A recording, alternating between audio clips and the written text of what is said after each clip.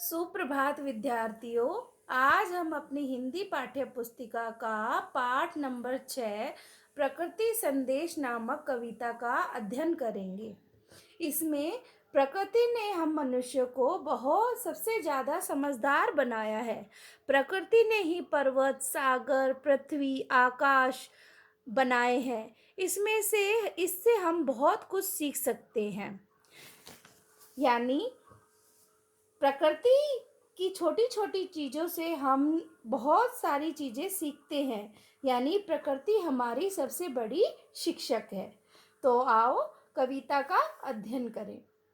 पर्वत कहता शीश उठाकर तुम भी ऊंचे बन जाओ। सागर कहता है लहराकर मन में गहराई लाओ।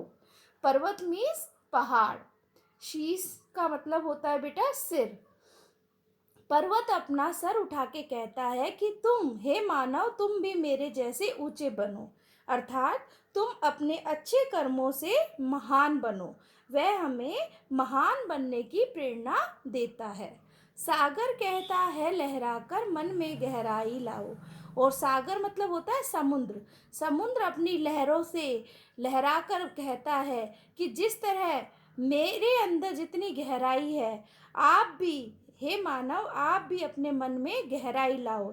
यानी अपना हृदय सागर जितना बड़ा, गहरा और गंभीर बनाओ, ताकि आप सभी मानव जाति का कल्याण हो सके। समझ रहे हो क्या कहती है, उठ उठ गिर गिर तरंग तरल तरंग। तरल मीन्स होता है बेटा पानी जैसे बहने वाली, और तरंग मीन्स लहर। भर लो अपने दिल में मीठी मीठी मृदुल उमंग। मृदुल होता है बेटा मुलायम, उमंग मीन्स जोश। जिस तरह सागर से उठने वाली लहरें हमें निरंतर जोश में कार्य करने के लिए कहती है, उसी तरह ये लहरें हमें ये समझा रही है कि मानव आप विकट यानी कठिन परिस्थितियों में घबराओ मत। जिस तरह से लहरें उठकर वापस फिर नीचे चली जाती है और फिर निरंतर उठती रहती है, इसी तरह ही हमें कठिन परिस्थितियों में घबराना नहीं चाहिए, बल्कि दुगने जोश से कार्य करना चाहिए। और हमें अपने दिल में दूसरे लोगों के लिए प्यार और उत्साह और उमंग भरी होनी चाहिए। पृथ्वी कहती धैर्य न छोड़ो कितना ही हो सिर पर भार। धैर्य मतलब धीरज यानी साहस, और भार मतलब बोझ।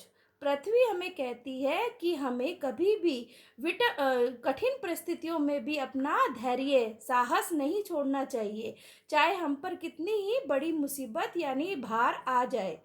जिस तरह से हमें कठिन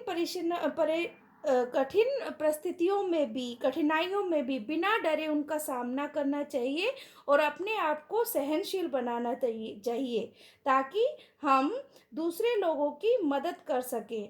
और हमें अपने मन में बैर भाव नहीं रखना चाहिए। जिस तरह से हम पृथ्वी पर कितने ही बड़ी बड़ी इमारतें बनाते हैं, गड्ढे बनाते हैं, फिर भी वो अपना धैर्य नहीं छोड़ती है और हमें जीवन दान देती है, इसी तरह हमें भी लोगों के लिए अच्छे कार्य करने चाहिए। नभ कहता है फैलो इतना ढक लो तुम सारा संसार। नभ मतलब आकाश।